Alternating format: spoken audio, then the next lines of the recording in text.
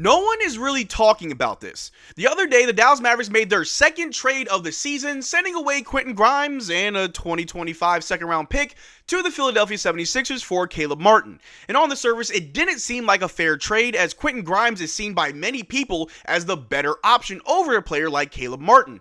However, now that we have more details and more information surrounding the trade, it does look like this was actually the good move for the Dallas Mavericks. And in this video, we're going to take a look at everything surrounding this trade. Why does this work out well for Dallas? Why did we trade away Quentin Grimes? And what does this mean for the future of the Mavericks?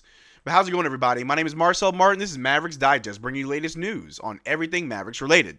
And before we get started with today's video, we're currently sitting at 18,936 subscribers. I can just see it now. We'll probably hit 20K in the next few days. But if you want to be up to date on everything Mavericks related, with trades, rumors, news vids, and everything else in between, make sure you subscribe so you don't miss out on a single thing that we do.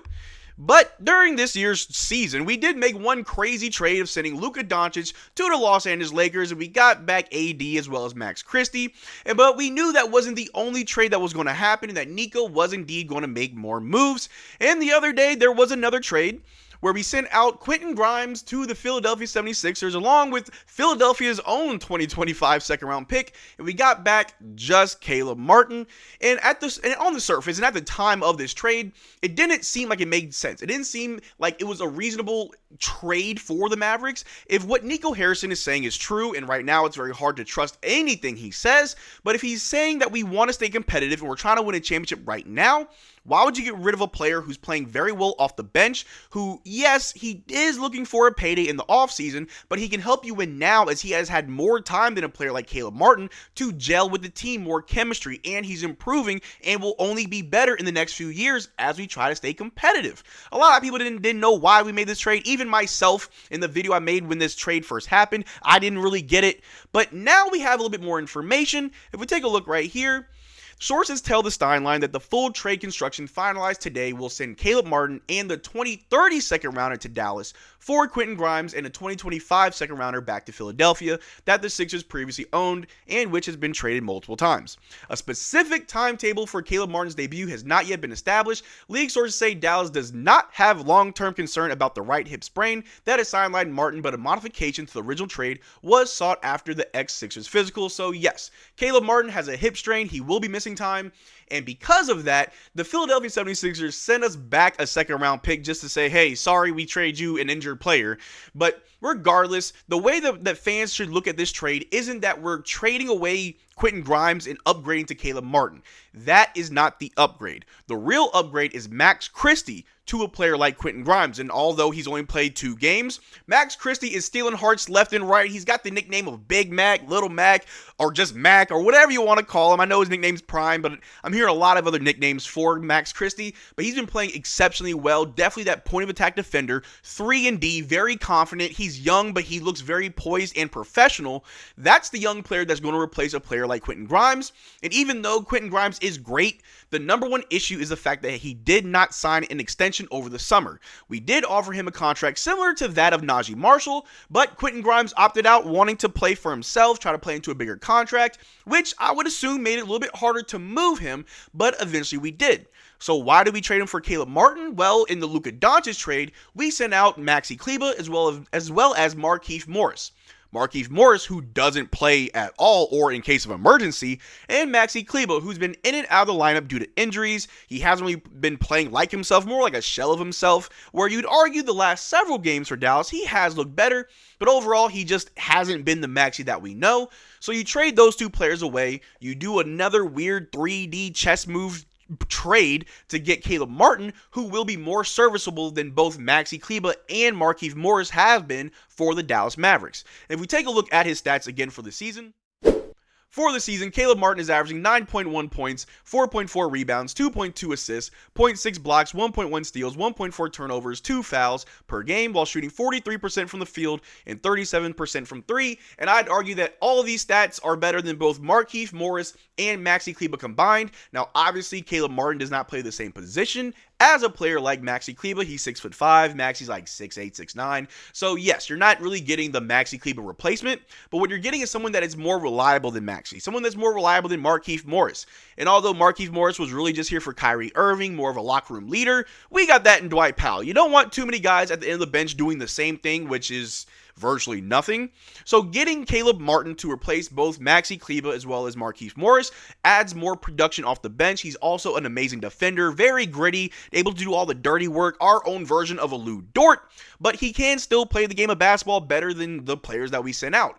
And then when you look at Quentin Grimes going for Max Christie, you're essentially getting a younger Quentin Grimes who's a little bit better right now. Not saying Max Christie is better than Quentin Grimes, but currently where Max Christie is, he's further along than when Quentin Grimes was his age. Max Christie is only 21 years old and is playing very good for us in the first 2 games. Just coming off the bench, he plays great defense. He's not afraid to attack the basket. He hits his open shots. And if that still continues into the playoffs, Max Christie will be huge for us. Just like how Derrick Lively was huge for us last season when we made it to the finals. So this trade is a weird maneuver that we have already seen before. Over the summer, we sent away Tim Hardaway Jr. for Quentin Grimes, but Quentin Grimes was not the replacement for Tim Hardaway Jr. Later in the summer, we traded away Josh Green to get Klay Thompson. Klay Thompson was a replacement for Tim Hardaway Jr., while Quentin Grimes was a replacement for Josh Green. And so now Max Christie is the replacement for Josh Green. It's a weird way to think about it, but it does make sense. If we take a look at the more information that we have, the Mavericks had the option to avoid the Caleb Martin trade, sources tell the Steinline, but believe Martin can recover in a matter of weeks and went ahead with the deal with Philadelphia, agreed to put in the future second-round pick. So yes, the Mavericks have traded for 2 currently injured players, but they're very confident that by around the All-Star break, after the All-Star break, when we're trying to make that push out of the play-in and into the playoff spot, preferably the 6th seed, then Martin should be available. He should be able to play. Obviously, he'll be coming off the bench in a smaller role, so hopefully that does help the Dallas Mavericks. If we take a look right here, his contract is very team-friendly. Again, Quentin Grimes did not sign for us. He was going to be a restricted free agent, so we could match any offer sheet. But since we've seen Luka Doncic get traded, it shows that we're trying to stay under the apron. We're currently under that first apron, and if we had to re-sign Quentin Grimes, that would put us in the luxury tax. And if we don't want to do that, then Quentin Grimes walks for nothing. But if we take a look here, this is Caleb Martin's current contract, which is very, very team-friendly. He's on a 4-year, $35 million contract. This is the first year, only making about $9 million a year. And so we'll have Caleb Martin on a fresh new contract for 4 years. Then he's an unrestricted free agent, and by then he'll be 33. So who knows if he's still a Maverick by then. Obviously, Nico Harrison probably is going to be here by then. He's only really interested for the short term, not really the long term. And just continuing with what we have, Landon Thomas tweeted this out. It was never about Quentin Grimes versus Caleb Martin. It was about Max Christie. He plays that role and does it better. He needs all the minutes. Mavs got a gem in Christie, and that explains exactly what I was saying. We didn't trade Grimes away for Caleb Martin. We really just traded Grimes away so we traded away Grimes away so Max Christie could come in and take Grimes' spot. And as of right now, we don't want to just put too much on Max Christie. It's only a 2-game small sample size, but we did just beat the Boston Celtics, and he played amazing off the bench.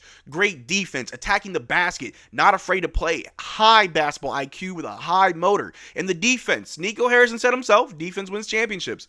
And we did get somebody who's an amazing point of attack defender. He is still young, still developing, and can be amazing for the Mavericks down the road. And just continuing with what we have here, the report says officially that Caleb Martin will be out for 2 to 3 weeks. So there we have it. We traded away Luka Doncic, Maxi Kleber, Markieff Morris, and Quentin Grimes. We got back Max Christie, but also an injured Anthony Davis and an injured Caleb Martin. However, they're very confident that Caleb Martin will be back 2 to 3 weeks right after All-Star break, and hopefully the team can gel, build some chemistry, and get ready for the second half of the season. But overall, now that we think about it, now that I've had time to process everything, I kind of like this trade. Although I do miss Quentin Grimes, he's been amazing for the Mavericks this season. I think he could have gone very far in his career with the Mavericks. But if the plan is to win now, I understand why you do it. And even though we don't really have draft capital for the future, we still have Derrick Lively. We still have Max Christie, as we just traded for him. We still have Omax, and we still have Jaden Hardy for now. And if those 4 guys are your young core, then maybe things aren't so bad. But let me know what you think in the comment section down below. Do you still not like this trade? Do you hate it? Or are you coming around to it and seeing that it really isn't that bad? Let me know what you think in the comment section down below. We can have a conversation about it. But that's all I got for you guys today. Thanks for making this far to the video. Make sure to check out our Twitter and Discord. Links in the description below. Consider becoming a channel member. We are doing a giveaway every single month on this channel. Only way to enter our giveaway is to become a channel member of any tier. But until next time, y'all take care, drink water. Peace.